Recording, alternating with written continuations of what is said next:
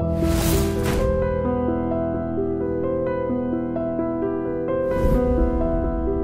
company has grown a lot in the past 5 years from what I've understood, right, from Magadheera days to where it is right now. You know, so and you must have interacted with a lot with these newcomers or people who are already working in a lot of visual effects studios. So what is the sense that you get when you interact with these people in the industry? Like, are they up there to do the graphics, visual effects to the level which you expect, or are they still in the stepping stone? You get some who are, very, very good.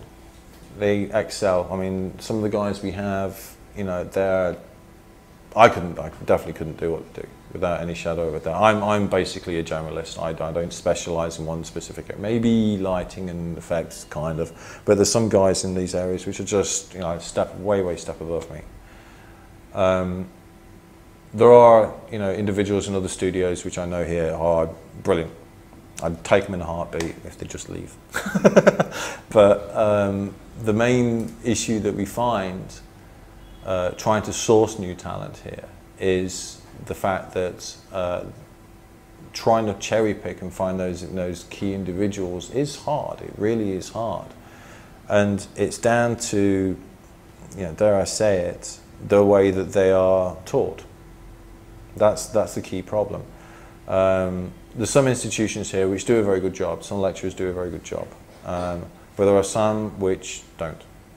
And I don't mind saying it, and a lot of them I've discussed with them personally, and some of them know my feelings directly of this, and my feelings of this are, they have to have that creative bone to start with.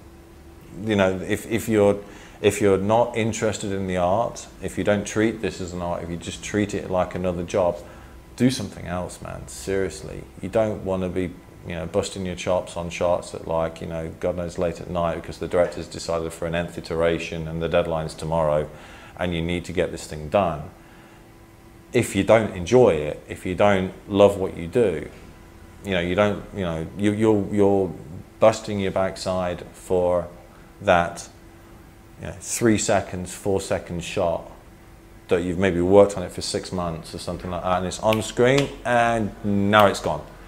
And can we just put this on a loop for an hour? And it's like that. You're like, all that time, all that effort for those 4 seconds, and it's totally gone now. My God! Now, if you don't, as an artist, love those 4 seconds, if you don't really, feel it here, and you're just like, then I say do something else. Get into computing, do programming, do iPad development, something, whatever it may be, whatever excites you, do that. If this excites you, do it. And that's the key problem. A lot of people who go into VFX here, and it's also other places worldwide as well. It's not just here. Is the fact that they see it as a job. It's not a job. It's a hobby that pays. It's an art form. Filmmaking is an art form. You've got to treat it like that. Otherwise, you will go crazy. Simple as that. We all are. We're all a bit nuts.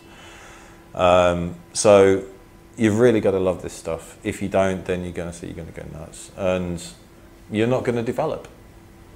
As any artist will tell you, and I mean true artist. Guys who work here, I class every single one of them as an artist, no matter whether or not they're in technical development or whether or not they're in matte painting, lighting or compositing. They're all artists because they treat it like an art form. They strive not only to give the best that they can, but also to push themselves above and beyond and to develop themselves further. And that's the key thing, being able to understand and develop and learn new techniques. I mean, like I say, you don't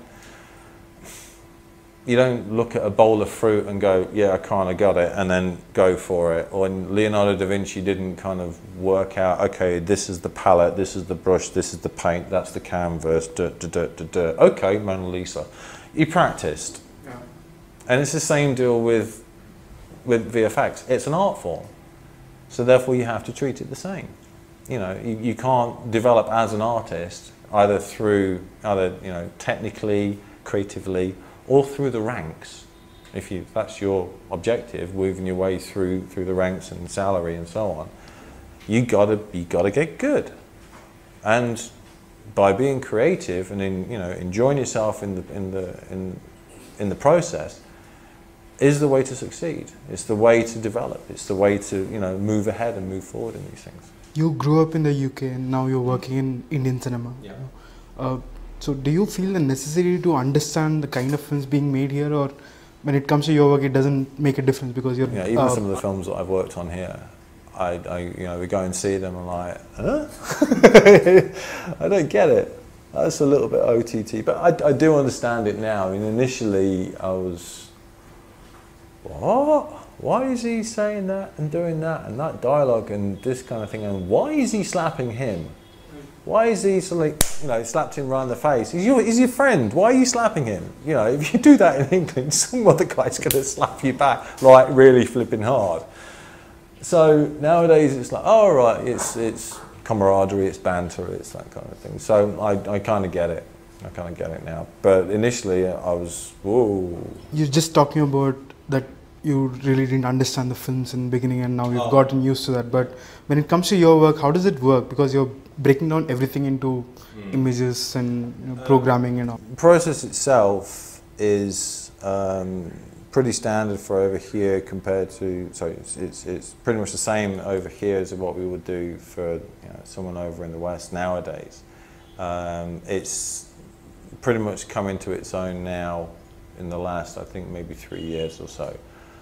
Prior to that, there was not many people or not many directors or producers who would understand the effects process. But I mean, even now, still, there are some old school directors and producers and guys who've been around for quite a while, who are familiar with, who are been in the game for quite some time, who are used to, I won't call it the old way of working, I'd call it the, tried and tested, formulaic way of doing it. Shoot the thing, cut for about a couple of months, get the thing out, assembly line sort of stuff. Unfortunately, post-production nowadays doesn't work like that. For the quality and for the aesthetics to be there, time is required. So therefore, the post-production facility needs to have adequate time to do the art. So time and quality needs to be there. So therefore, a lot of people don't tend to see that. So when we meet a new director or meet a new producer, we always advise, schedule the key technically problematic scenes as early as physically possible. So therefore, one studio has as much time as physically possible after the end of the shoot, before the release, so we can actually work on it for as long as we can, based on time, quality, and also the money that's available. So what we always try and do is sit and advise, storyboard, block down, and so there's no wastage. There's no wastage within the shoot, there's no wastage in post either. And it also helps everybody visualize what they're going to get at the end. We'll send storyboards, animatics, advise on set, we'll suggest for framing, supervisors on set will obviously comment and advise with the client, with the director on set itself, and also guide them through the creative process. That's how it's done over here. That's how it's done in overseas as well. It's part of the method, and gradually everybody's starting to filter into that way of thinking, which is good, because it saves time, it saves money, it allows the artist to work on the element, whatever it may be, for as long as physically possible, within the schedule, within the budget, to the client's satisfaction. Yeah. All right, Pete, thank you so much for joining us. It was really nice talking to you. Yeah, thanks, mate. I wish you all the best for your career. So that was Pete Draper talking to us about a lot about VFX in Baahubali and several other films. We hope you enjoyed the conversation. We'll see you again soon. Thank you and have a nice day.